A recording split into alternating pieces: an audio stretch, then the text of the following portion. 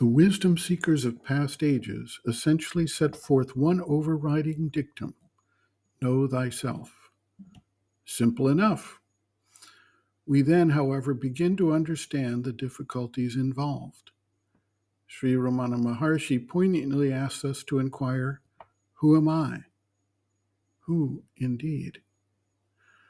For those who live primarily in the external surface being, we are an amalgam of the thoughts, feelings, emotions, sensations, instincts, habits, and trained responses that make up that surface personality, and that altogether help us for the ego consciousness with which we identify. On a deeper level, there is the soul, the psychic being, and the self. And any prolonged and detailed review of who am I eventually leads to this.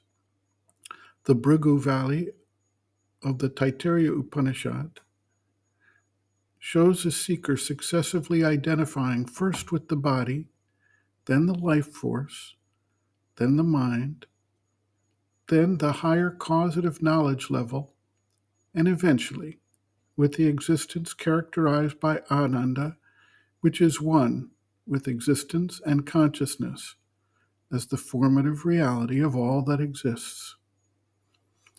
As the seeker becomes aware of the multitude of forces operating on his surface being, and at the same time begins to identify more and more with the inner reality, he realizes that gaining self-mastery is an essential part of the process of maturing the soul, and this requires both the detailed knowledge of these forces at work and a persistent and detailed effort to bring them under coherent control aligned with the higher purpose and reality of his being.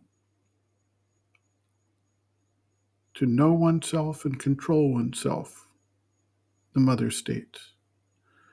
A disciple asks, what does this mean? The mother responds, quote, this means to be conscious of one's inner truth, conscious of the different parts of one's being and their respective functions. You must know why you do this, why you do that. You must know your thoughts, know your feelings, all your activities, all your movements, of what you are capable, etc. And to know oneself is not enough. This knowledge must bring a conscious control. To know oneself perfectly is to control oneself perfectly. But there must be an aspiration at every moment. It is never too early to begin, never too late to continue. That is, even when you are quite young, you can begin to study yourself and know yourself and gradually to control yourself. And even when you are what is called old, when you are quite aged, it is not too late to make the effort to know yourself better and better and control yourself better and better. That is the science of living. End quote.